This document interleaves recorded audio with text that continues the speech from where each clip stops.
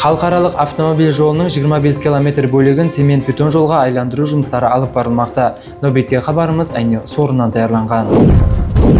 Президентіміздің тапсырмасы менен Қараөзек һәм Беруни райондары аймағынан өтуші А380 Ғузар Бұхара Нүкіс-Бейнеу автомобиль жолының 673-698 км, яғни 25 км бөлігін Азия Рауажаны банкінің қатынасуында цемент-бетон қапламасы менен реконструкциялау белгіленген еді. Шойбар бойынша 37,32 миллион долларлық шартнамаға қол қойылған болып, құрылыс жұмыстарының сапалы алып барылуында халықаралық консалтинг компаниялары тартылған. Bizler bu obyektімізде 3 köprü болып тұрып, 60-cı piketimizde köprü köyde kuruluyaptı. Kışkı mamayında hazır. 159-cı piketimizde Pötoprovod kuruluyaptı. Onu hazır bir tamamını biteyaptık. Bir tamamında iş alıp barayapmiz. Mana şu hazırgı kış mamayında şunu bitiriş arafasida turibmiz. 3-cü köprümüz ise 222-ci piketimizde onu hazır asnamaniyasini qilib turibmiz. Yoz oyida 6 oyda ichib bitirishni harakat qilyapmiz. Шойбар шеңберінде автомобиль жолының 690 км бөлігінде екі тәреплеме харекеті тәмелейтұғын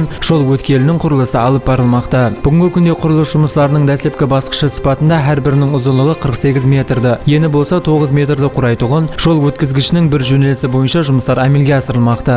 Hazır obyektdə 24-cü ilin oktyabrda başlangan bolsa, 26-cı il oktyabrda tügeş gerek.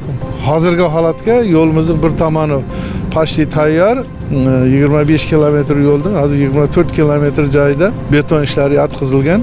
Hozir mana bu joyda bir katta yo'l o'tkazuvchimiz bor, o'shanda katta ishlar bo'lyapti. O'sha joyda ko'prik bitgandan keyin bu bir tomonga yo'l ochish tugaydi, bir tomonlik ishimiz tugaydi. Hammasi bu obyekt bo'yicha jami 3 ta ko'prigimiz bo'lib, shu bittasi Pötoprovod, ikkitasi qayrilib olish joylari hisoblanadi. Temir beton mahsulotlarimizning jamiki nima ishlatayotgan bo'lsa, hammasi O'zbekistondan chiqyapti. Mana hozir bu ko'prigimizga 24 metrlik balklar hisoblangan, u shu Toshkentdan kelib turibdi. Boshqasi mana Xorazmdan, Qoraqalpog'istondan temir beton mahsulot chiqaradigan korxonalar bor, shulardan ko'rilib, sifatlari tekshirilib qabul qilinyapti. Shuning uchun bu yerda hozir muammo yo'q. Hammasi O'zbekistondan chiqqan materiallar talab darajaga javob bersa, olib ishlatyapmiz.